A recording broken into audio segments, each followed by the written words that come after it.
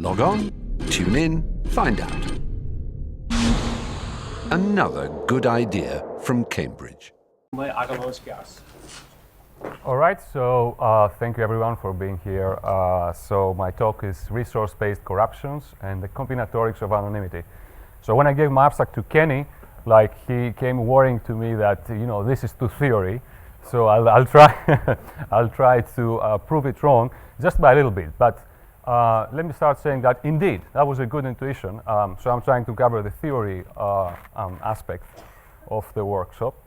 But I also try to say something interesting for practice. So this is, I should say, his new work, joined with David Johnson, Juan Garay, and Moti Young. So let me start with a centralized service. So here is a centralized service which wants to do something, and there are a bunch of users that want to get something from it. The users submit their inputs, and the service gives back something to them. And that's all nice. But there could be a problem. So the problem is that the service might get corrupted by an adversary. So the adversary can take control of the service, and then bad things may happen. So it's possible that the users suddenly start getting the wrong outputs, and the inputs of the users can be leaked somewhere else where the users don't want them to be. So that's a very important problem in practice. So how do we solve that? Well, cryptography can come to the rescue and say, yeah, I mean, you can take this centralized service that you have and split it to many little things. And all these things are independent, and if you do it like that, then it is possible actually, even if they are partially corrupted, you can still maintain this unified centralized service and have it work in an uninterrupted fashion. So in other words, from the point of view of the users that are experiencing the service, they can still get the same view that they had before, even though now the adversary may be present, but at a partial level within the service. So, and the proper operation would still be preserved. So what are the objectives that we have here? We would like to preserve the privacy of the user inputs, and we want to guarantee that the user gets output. We would like the inputs to be independent, if that's actually it's a very common objective. So if I want to submit something, in many cases that should not depend, my input cannot be, let's say, your input. That's a very common scenario in auctions or elections. And the system have to be fair. So let's say the bad users should not be able to get output, and the honest users are prevented from getting output. So there are classical theory results in cryptography which enable us to do all these amazing things. So there are like so-called completeness theorems for distributing cryptographic protocols. And these theorems, among other things, these are like two major results. They show that we can essentially do any functionality under certain conditions. So, and in fact, we may even achieve that without assuming any computational assumptions. So it's possible to do that even against unbounded adversaries. So, and while these are classical and important theoretical results, in recent years they found their way slowly to practice. So even though like these are important results in the 80s, now they are finding their way to actual implementation. So there are like a number of them currently being developed. There's Fair Play, and there's SIMUP, which actually is being currently employed in the Danish sugar beet auction. So it's an example of such a secure multi-party computation used in practice. And now you may ask, are these protocols secure? Well, we have a proof of security. There's no doubt about that. But we have also to be careful and check what are the assumptions. Now the interesting thing, so you see the conditions there. It says, first bullet says controlling any minority of parties. The other says control a third. So these are tight conditions. In fact, we know impossibility results. In other words, these are sharp thresholds. Once these thresholds are crossed, all bets are off. Like the security of the protocol is actually collapses. So this brings the question, what does it really mean for the adversary to corrupt the party? I mean, the party starts at the beginning of the protocol and is probably a nice guy. So what happens to a server and suddenly is controlled by the adversary? So in cryptography, this is called the corruption of a party. And the idea is that once a party is corrupted, it becomes the ownership of the adversary. So the adversary can totally control the program that the server is running, and essentially all its operation is directed by the adversary, who actually can synchronize and schedule all the corrupted parties to act together. So starting from the assumption that parties are assumed to be independent and equivalent, the idea is that the convention is that a corruption is an atomic operation, which in the cryptographic modeling, the adversary will just say, I want this to be corrupted, and then this gets corrupted. So it's essentially like a single-use token that it's essentially given to the adversary for free. So the adversary is given this operation and can apply it whenever it pleases. So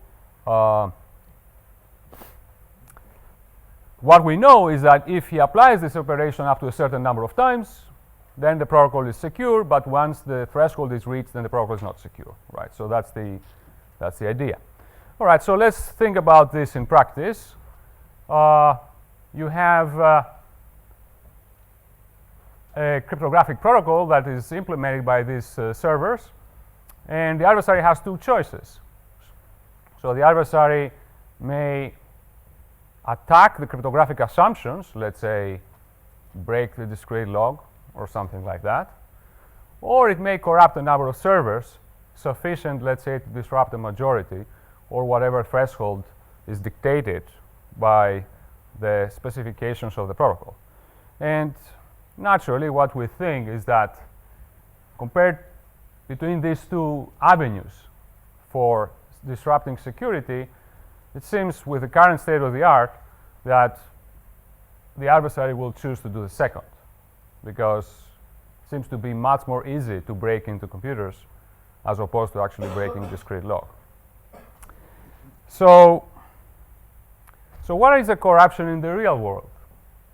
So we have this cryptographic protocol client, which lives inside an operating system, and while the adversary may actually choose to disrupt the cryptographic operation here or do something with the crypto, a corruption would actually circumvent the crypto client altogether and just attack the operating system within which the cryptographic client lives. So once this happens, then of course the program can change, and now the adversary is in full control. So in the real world, there are many ways that the adversary can do that. So there are all kinds of intrusions, which starting from very simple like dictionary attacks, where the adversary can try many different passwords till he actually gets a password of someone that has sufficient privileges in modifying the cryptographic protocol code. Or there can be various server software that is vulnerable to attacks, buffer overflow, very typical, or cross-site scripting. So all these attacks enable avenues for the adversary to, let's say, get elevated privileges in the target system. And there are like network attacks that we have seen also a number of them in this workshop. But there are many more: social engineering, spear phishing, all of them in the news, and going to even more basic ones like bribe the administrator. and of course cryptanalysis of weak keys or other randomized elements. So all these are, and these randomized elements, I mean things that somehow enable the adversary to break some authentication mechanism and go into the system. So all these are ways that the adversary may utilize to essentially circumvent the cryptographic level of security and subvert a party. And if this party now participates in a cryptographic protocol, then this enables the adversary to get a little bit closer to the threshold that she needs in order to get full control of the cryptographic application. So the theory versus practice here question is that the way that corruption is modeled in the theory of cryptographic protocols is quite disconnected from the way it happens in practice. And I mean, there are good reasons for that. I mean, first of all, it's very simple to just abstract away corruption and think about it as just an atomic operation, which within the cryptographic modeling, within the cryptographic world, is not captured in any more fine-grained way than just a single instruction that costs to the adversary just one step of operation. I mean, measuring the time complexity of the adversary is a very important feature of arguing about security. And the way that this is done in terms of corruption is that a corruption is really just a single step, so it costs nothing from a complexity point of view. So now the question that we're interested here is that can we expand cryptographic theory to reflect better or in a more fine-grained way how corruption happens in reality? And the second question is that is there anything to learn about protocol design in theory and practice by expanding this the way that we model corruption in the cryptographic framework. So this is what the talk is about, and I'm going to focus to a very specific feature that is present in a distributed system in terms of corruption. And that is that given that corruptions happen in different ways and based on different parameters, if you really have a diverse server population, from the point of view of the adversary, it may very well be the case that the servers are not equal in terms of the resources that they require to get corrupted. So this is like what we call corruption diversity. So let's make a first attempt to abstract this in a natural way.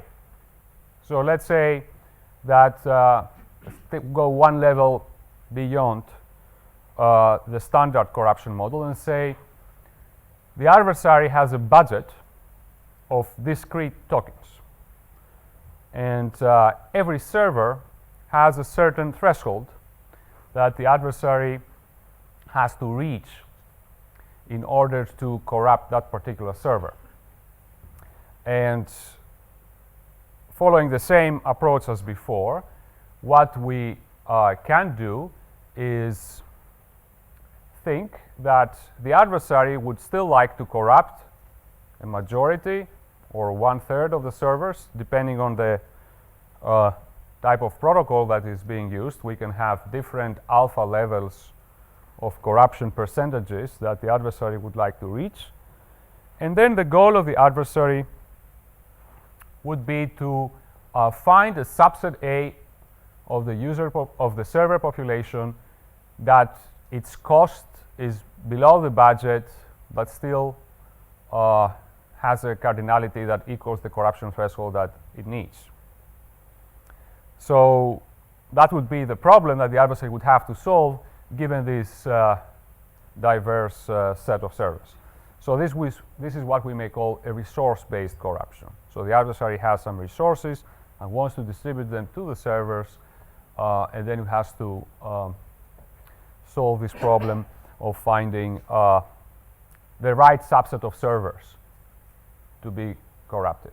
I mean, this makes sense from a practical point of view. Essentially, this is like the path of least resistance.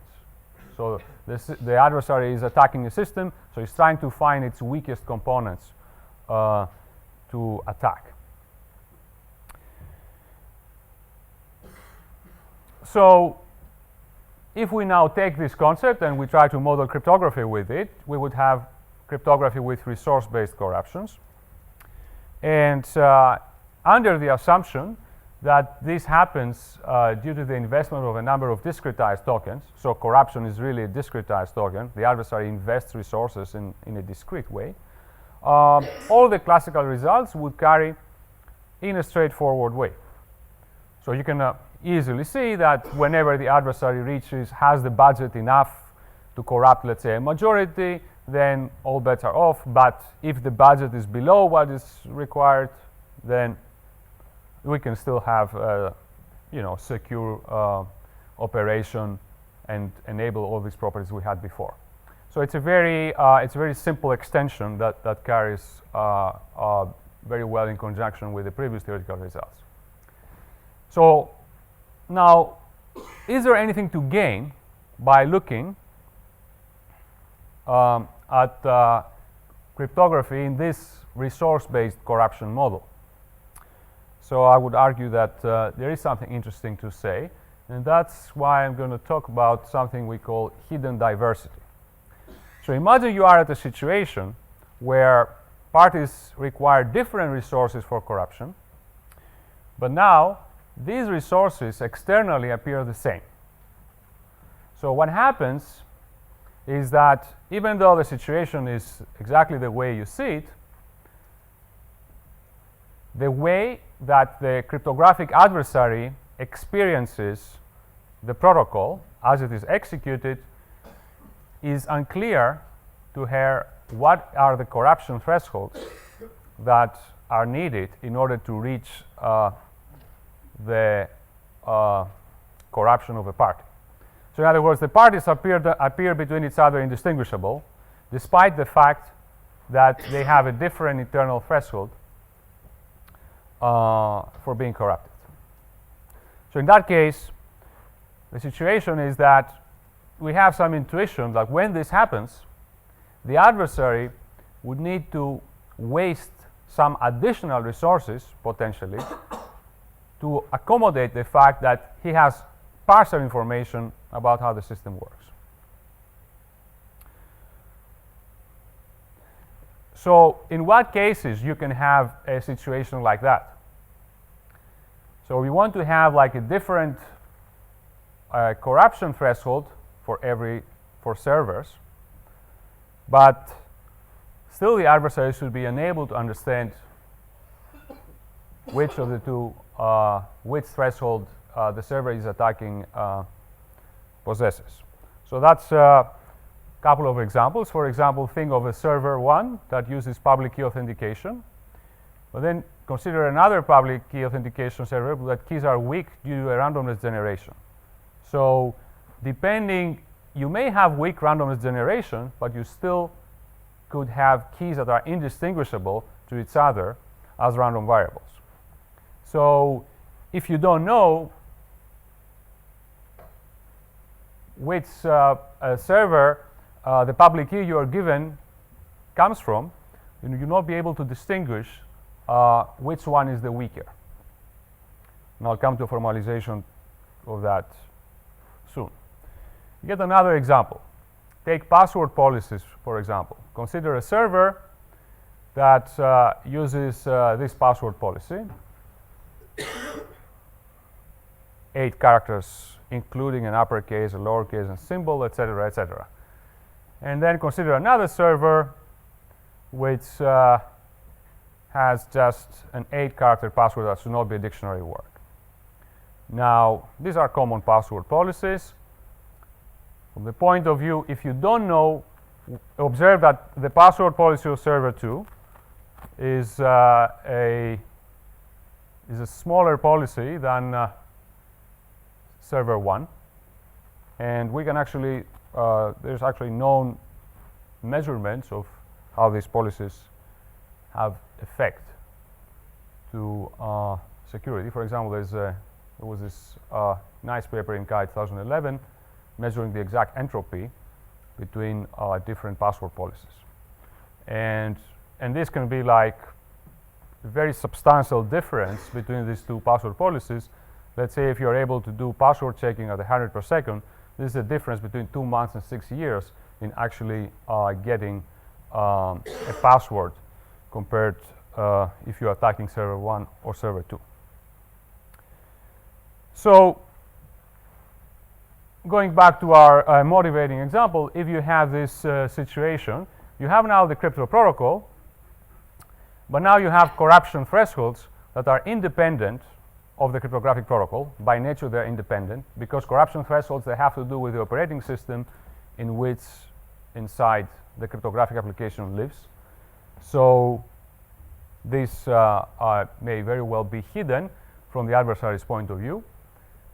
And this sets the stage for explaining how security might be affected if you are in a situation like that. So this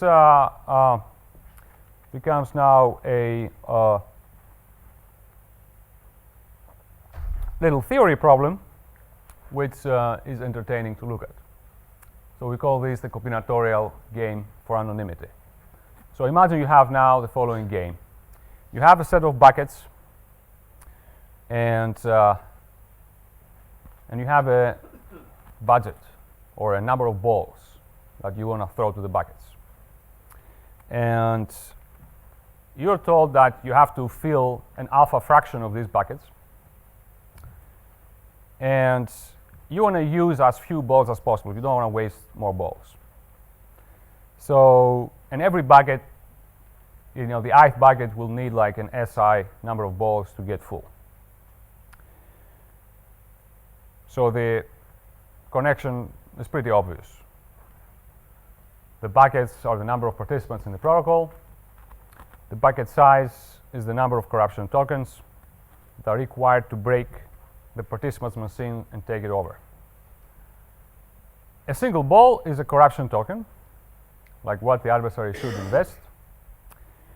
And the adversary is obviously like the way the placement algorithm is the way the adversary operates, right? So you have to schedule like throwing the balls into the buckets and get like an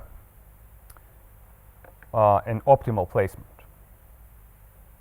And we can have various thresholds like 50%, 1/3, motivated by what levels of corruptions we want to make in practice. So if you have like this set of buckets, for a corruption threshold of 50%, we have 5 buckets.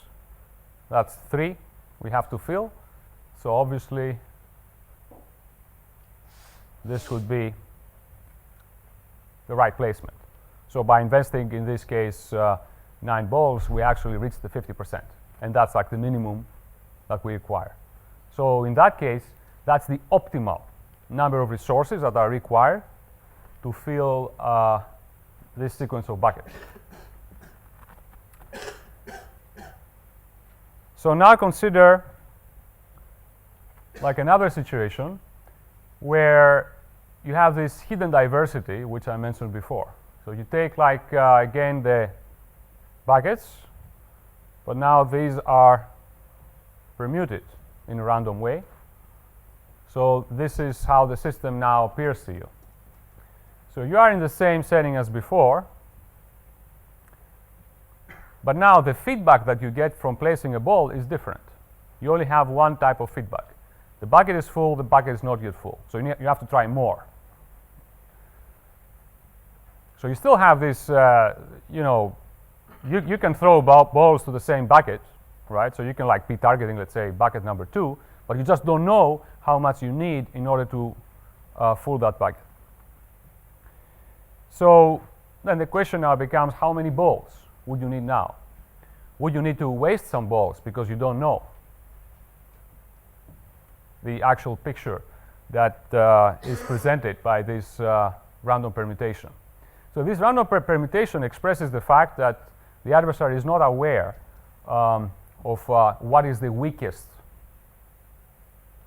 let's say, path of least resistance to the system. He has to learn it by wasting possibly some resources. So we can consider different states of ignorance that the adversary may have about the system. So the adversary might know just n, which is how many participants are, which seems like convenient but probably very strong. Then the adversary may know the number of participants and perhaps the maximum and the minimum bucket levels. And the adversary might know just the sizes, so what sizes are involved, let's say buckets of size 1 and buckets of size 2, so the set. And it might know then further, it might know the whole histogram, the exact distribution of the packets. And finally, it might know everything. Right? So that's a full information model. So we're going to focus on this bullet just before the last one, which says that the adversary has a very good understanding about what's going on in the user population. So he knows like what are the password policies, let's say, that are around. He knows all that information. It knows what percentage, let's say, of a certain system is used. Let's say, knows the vulnerabilities of system 1 versus system 2, and knows the percentage of, let's say, how many Linux servers and how many Windows servers are participating in the protocol. So he knows this information, but while he is experiencing the protocol, is not aware of who is behind a certain communication. Is it a server of type 1 or a server of type 2, right? So we're going to focus then in this histogram level of information of the adversary. So just some quick notation to state our results. So if you have an instance, which is S1, S2, Sn, and then we can define by opt S to be the optimal placement of resources. So it's, in other words, the optimal way to allocate your resources in order to break the system. Then the number of balls that is used by any deterministic algorithms A, we can define it like this. So using this notation, I'll give you some good news in this interpretation. So if you have a profile-only adversary A, and you have some constant alpha, which is the threshold you want to reach, and some other constant delta, which is just will be affecting this negligible probability here, we can show that for any probabilistic adversary attacking the system, the probability of reaching the level of corruption it needs, if it has less than 1 over alpha times delta of the opt, is negligible. So that means that in this setting, we're going to have an inflation of the resources of the adversary compared to the opt level by 1 over alpha. So by using this, by using the assumption that the adversary does not know the system, we can inflate the amount of resources that the adversary needs by a factor of 1 over alpha. Now remember that alpha is just a fraction that is relevant to the cryptographic protocol. So this is not very dramatic. I mean, alpha can be 50%, for example. That's for a typical protocol. So 1 over alpha here would be double. So essentially, we will be getting close to double the amount of resources needed compared to the full information case. So full information versus hidden diversity is going to have a ratio of 1 over alpha for these first results, which I'm going to very briefly show you. It's a very simple proof. So really the idea is that you can make instances that are unbalanced in this fashion. So you can have some buckets, like an alpha n fraction of them, which are shallow, like let's say size 1. And then you can have some other buckets which are quite deep. So you have this diverse population like that is hitting exactly an alpha n ratio in this setting. So it's easy to see that the opt value here is alpha n, because what any reasonable adversary that had full information would do would attack this part, just straight. On the other hand, if you get sufficient number of users, this is required for our probabilistic argument, so it's a lower bound on the number of users. There's no way to get this type of results without requiring to have at least a number of players. Then what's happening is, if you go to the general case where you have hidden information, it's easy to see that because the adversary cannot immediately distinguish between shallow buckets and deep buckets, the adversary, when let's say alpha is 1/2, is going to be losing essentially one ball for every ball that it throws. So that will essentially inflate his need for resources by double, right? So you're going to inflate it by twice. You're going to need twice more resources. So this is helpful, but it's not as dramatic. So here is another theorem that we proved.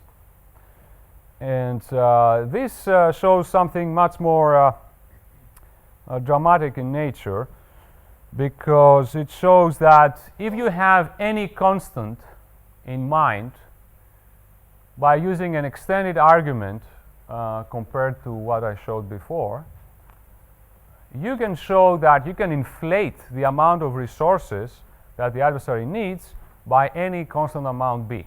So in other words, this here we prove that any probabilistic adversary that is given an amount of resources less than b times the optimal resources is going to have a negligible success probability in achieving in getting, like say, an alpha ratio of corrupted servers. So this is achieved. This is not possible to achieve in a 2-level server population.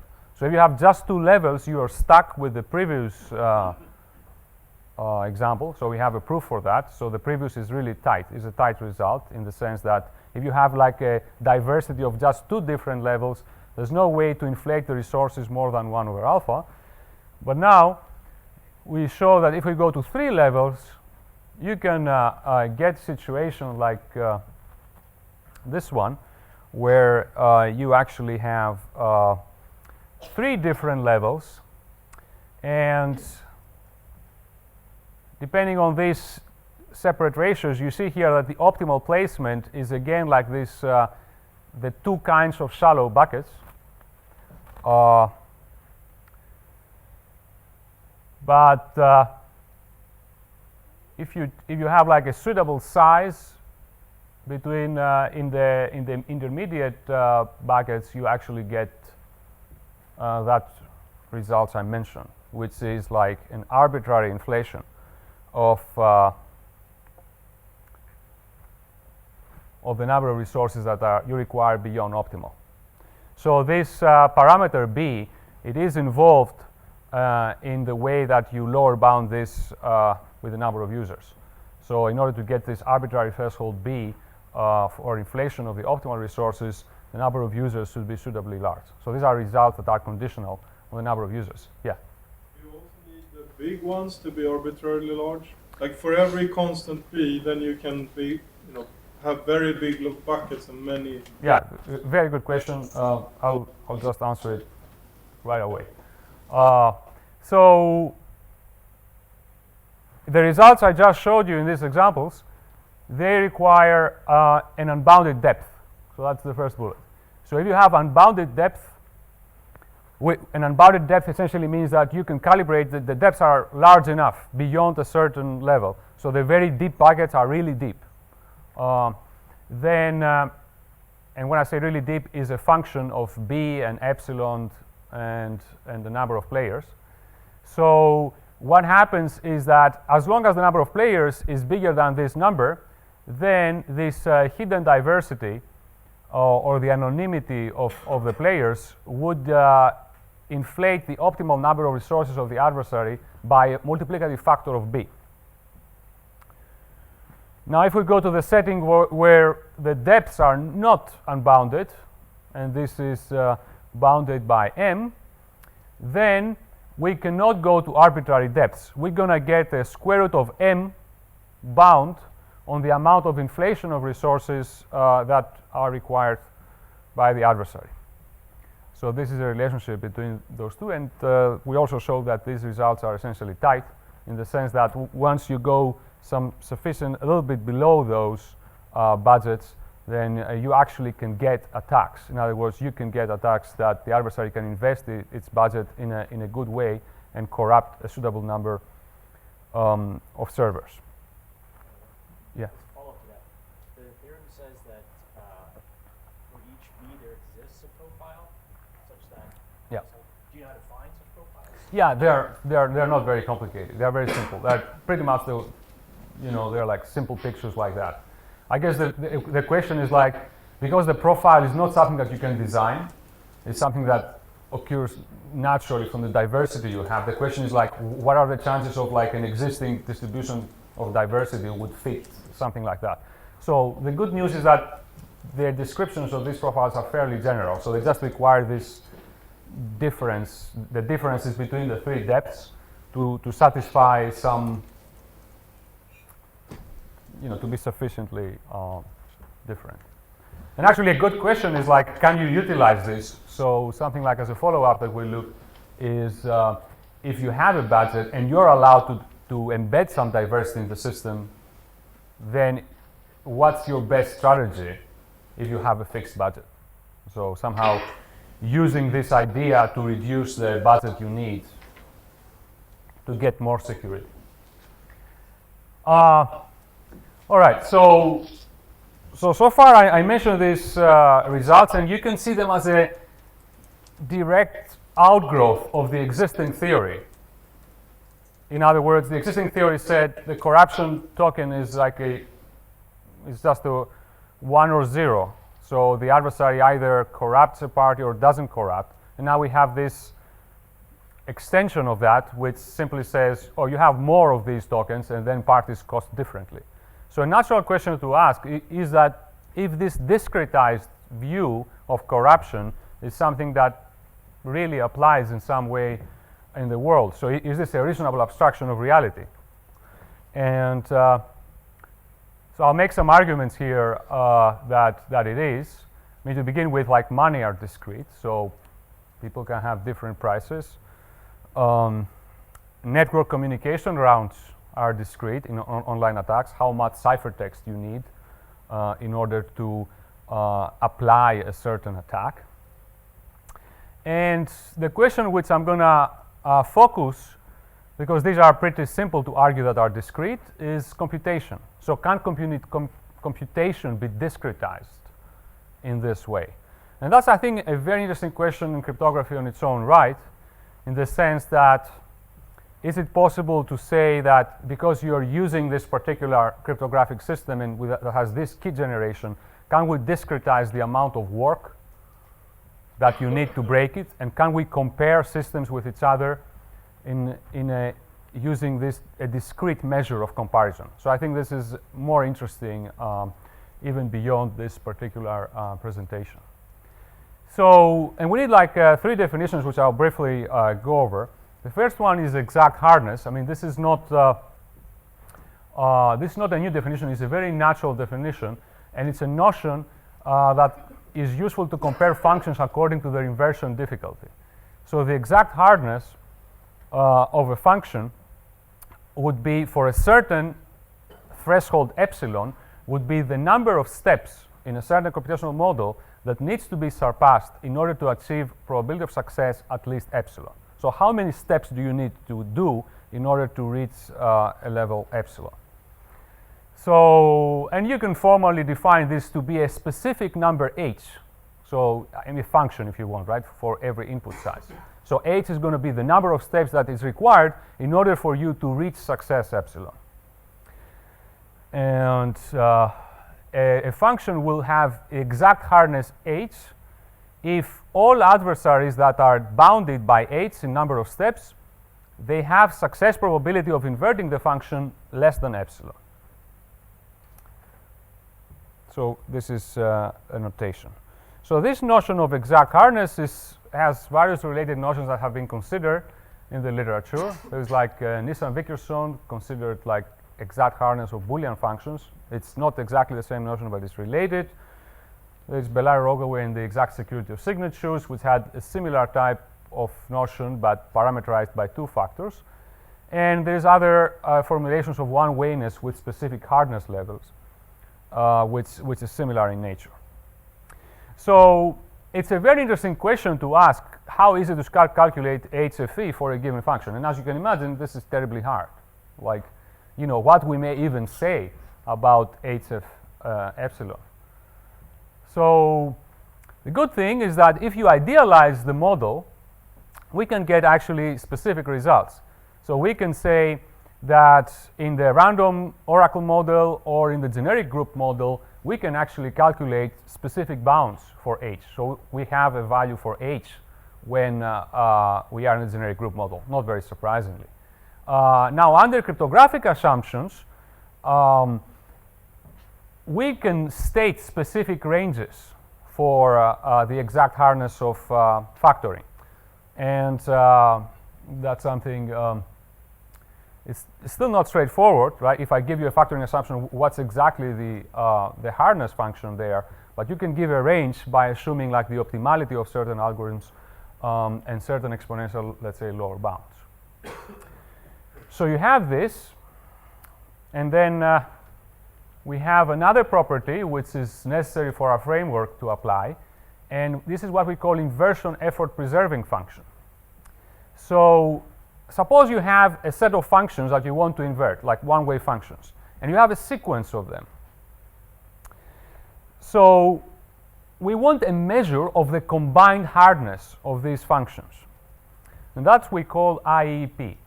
So IEP, inversion effort preserving functions, is this property that says if we have a set of functions, we call them inversion effort preserving if the exact hardness of the direct sum of a sequence of these functions is bounded from below by tau, the sum of the individual hardness that each one has.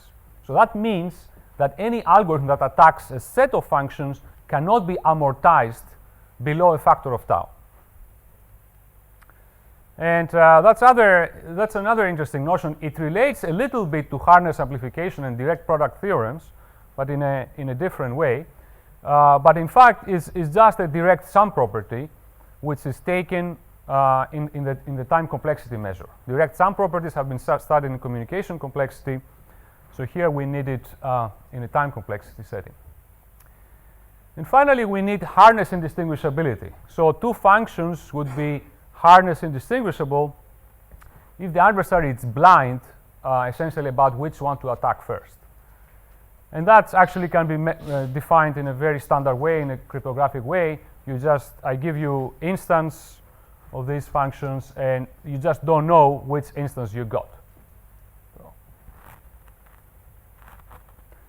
of course, we are particularly interested for functions that are hardness indistinguishable and they have a different exact hardness, because that's an interesting setting for us. The adversary will have to break 2 instances. What's that? Yeah. So the adversary has to break 2 instances, and he cannot choose which one to break first. So he can start like algorithms for both of them, interleave between both of them, or go for the first one and then try the second one, etc.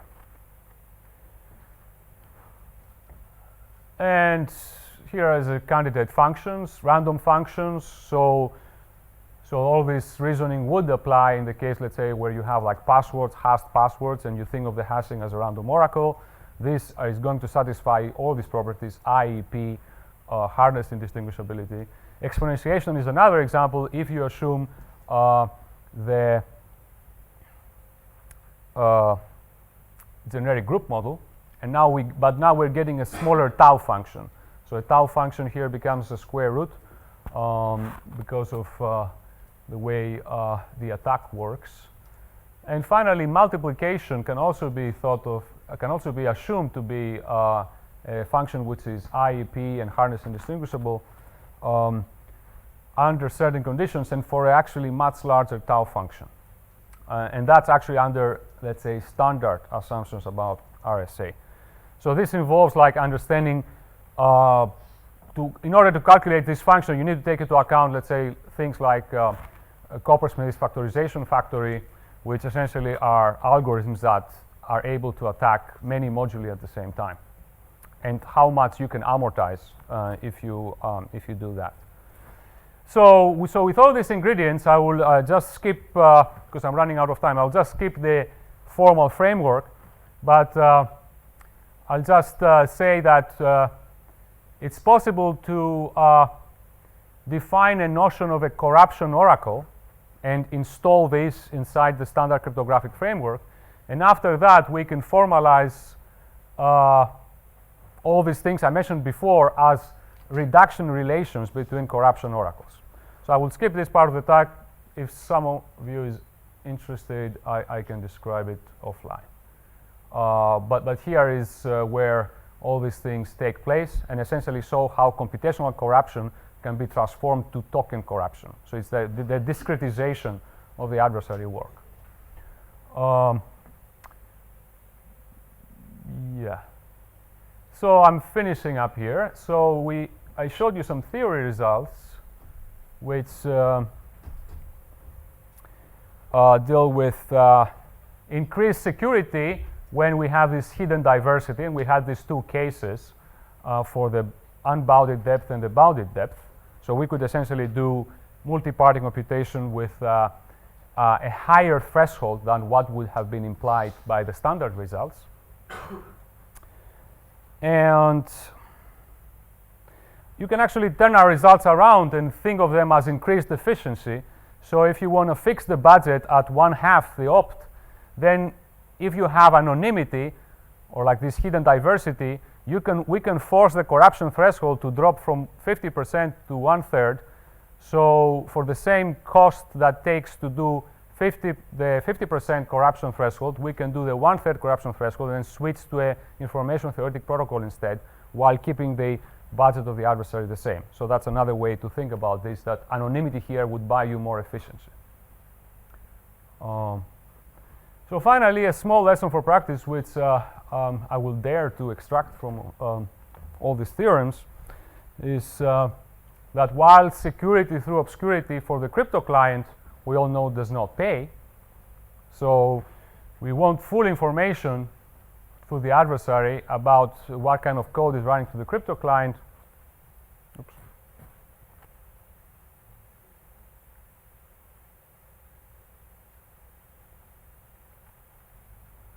Right. The second point is that if you obscure like the security policies, practices that happen at the OS level, you may have a measurable positive impact in the security of a cryptographic protocol.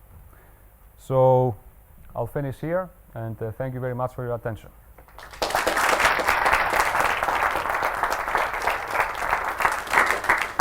If anyone has a very quick question for Aggelos, we can take it. So there's something I don't quite understand. So we're requiring that the attacker can't amortize the attack effort across multiple servers that are being attacked. Mm-hmm. But in the examples you gave, bad random number generator and possibly poor password generation, isn't amortization possible in those cases? No, because the instances are independent. Right? So the instances, let's say the passwords of server 1 are all hashed, let's say, with hashing function, with their own salt, etc. And the passwords of server 2, right? So there are two independent. So if you think of them, let's say, as hash functions, as totally things that you cannot understand. Understood, right. So that's something that has to be put into the system. Got it. Okay. Well, we need to move along then, so let's thank Aggelos again.